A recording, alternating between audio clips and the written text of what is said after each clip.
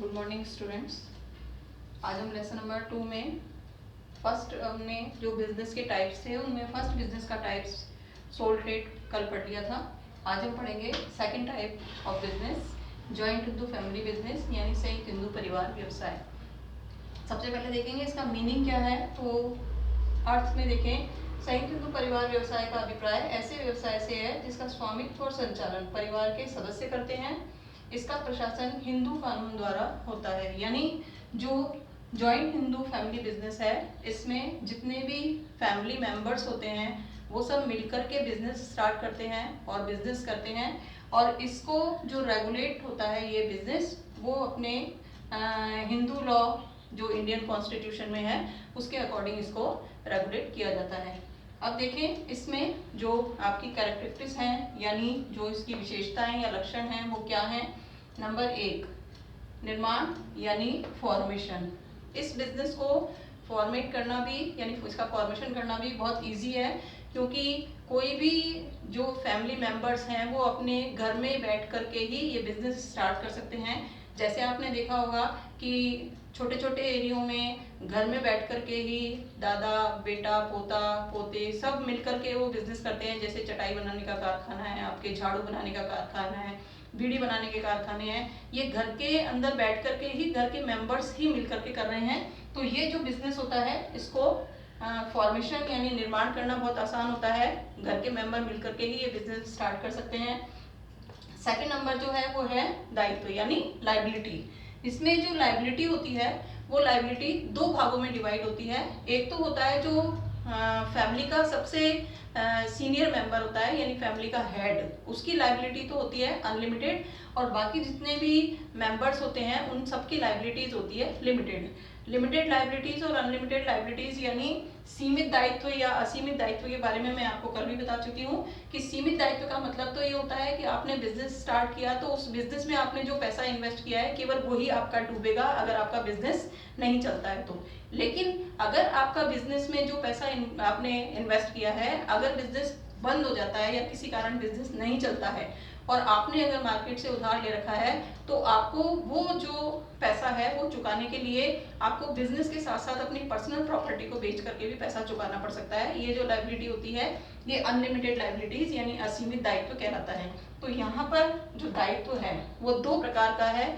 जो फैमिली का हेड है उसका जो दायित्व यानी लायबिलिटी है वो है अनलिमिटेड, जबकि अदर जो मेंबर्स हैं उनकी लायबिलिटी है आपकी लिमिटेड, यानी दोनों की लायबिलिटीज अलग अलग हैं। इसके बाद हम देखें कंट्रोल यानी नियंत्रण। तो इस बिजनेस पर जो पूरी तरह से कंट्रोल होता है वो फैमिली के हेड का होता है। जो फैमिली का सबसे बड़ा मेल मेंबर होता है वो इस बिजनेस को कंट्रोल करता है।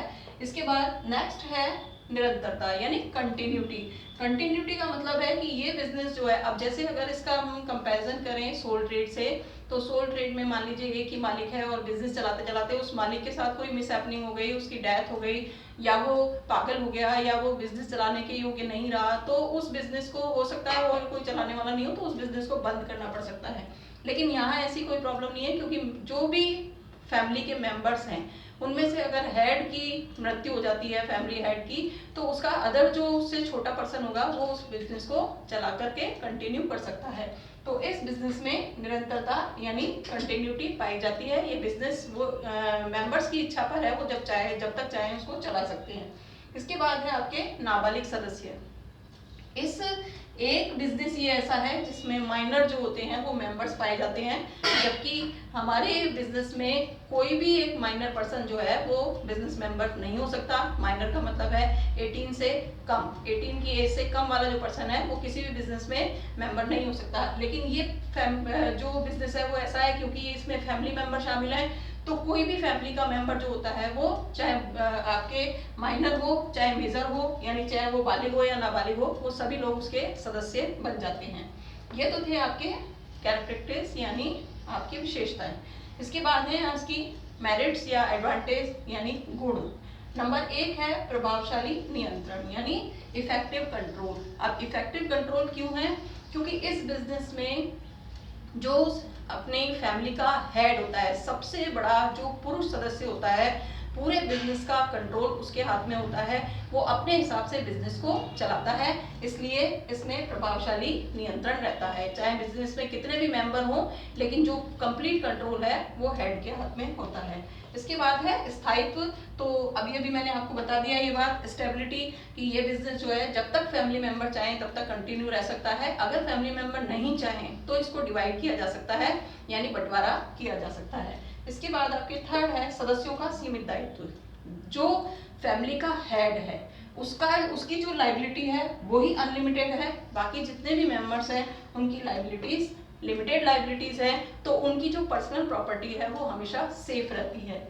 इसके बाद है फोर्थ, निष्ठा और सहयोग में वृद्धि। क्योंकि जितने भी मेंबर्स बिजनेस में काम कर रहे हैं वो सभी फैमिली मेंबर्स हैं, तो वो एक दूसरे की हेल्प करके सहयोग करके काम करते हैं, इसलिए इस बिजनेस में जो है इफेक्टिव कंट्रोल रहता है। आपके निष्ठा और सहयोग में वृद्धि होती है, यानी increase in livelihood and corporation. अब इसके बाद है आपकी डिसएडवांटेज, यानी कि सीमाएं या दोष भी कह सकते हैं इनको। नंबर 1 है सीमित साधन। अब अगर इस बिजनेस की तुलना हम पार्टनरशिप से करें तो पार्टनरशिप में भी मेंबर 2 या 2 से ज़्यादा होंगे, मान लीजिए 3 हो सकते हैं, 4 हो सकते हैं। ऐसे ही इसमें भी एक अगर फादर है तो उसके 2 बेटे हो सकते हैं, उनके पोते हो सकते हैं। तो मेंबर पार्टनरशिप में भी ज़्यादा है, मेंबर इसमें भी ज़्यादा है, लेकिन पार्टनरशिप में जो कैपिटल आ रही है वो अलग अलग मेंबर्स के यहाँ से आ रही है, अलग अलग मेंबर अपनी अपनी कैपिटल लेके आ रहे हैं, और वो कैपिटल की जो क्वांटिटी है वो ज़्यादा हो रही है, मात्रा ज़्यादा हो रही है। लेकिन यहाँ पर मेंबर तो ज़्यादा हैं, लेकिन जितनी भी कैपिटल आ रही है वो फैमिली तो एक ही है, सब एक ही घर से आ रही है, तो इनके पास जो कैपिटल होती है वो बहुत लिमिटेड होती है। जितना इनके पास साधन होता है ये उतने में ही बिजनेस करते हैं, यानी लिमिटेड कैपिटल। इसके बाद है कर्ता का असीमित दायित्व। कर्ता यहाँ पर किसको कहेंगे? जो फैमिली का हेड है उसको यहाँ पर कर्ता नाम से आपको इंडिकेट किया गया है। तो जो कर्ता है उसका जो लाइबिलिटी है वो उसकी अनलिमिटेड लाइबिलिटी है, यानी हमेशा उसकी जो पर्सनल प्रॉपर्टी है वो हमेशा खतरे में रहती है। इसके बाद है कर्ता का प्रभुत्व, यानी जो भी फैमिली का हेड है पूरे बिजनेस पर उसी का कंट्रोल होता है, बाकी मेंबर्स अपने मर्जी से कुछ भी नहीं कर सकते, तो इसलिए कर्ता का जो होता है वो पावरफुल होता है इसमें। इसके बाद लास्ट है आपके सीमित प्रबंध कौशल।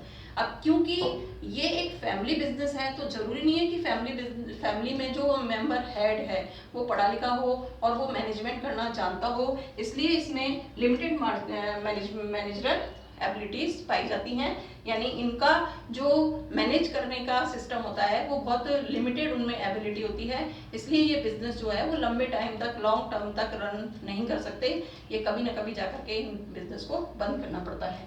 तो ये हमारा जॉइंट हिंदू फैमिली बिजनेस यानी संयुक्त हिंदू परिवार व्यवसाय कंप्लीट हो गया। इसका अगला थर्ड जो बिजनेस है वो हम आगे वाले लेक्चर में पढ़ेंगे।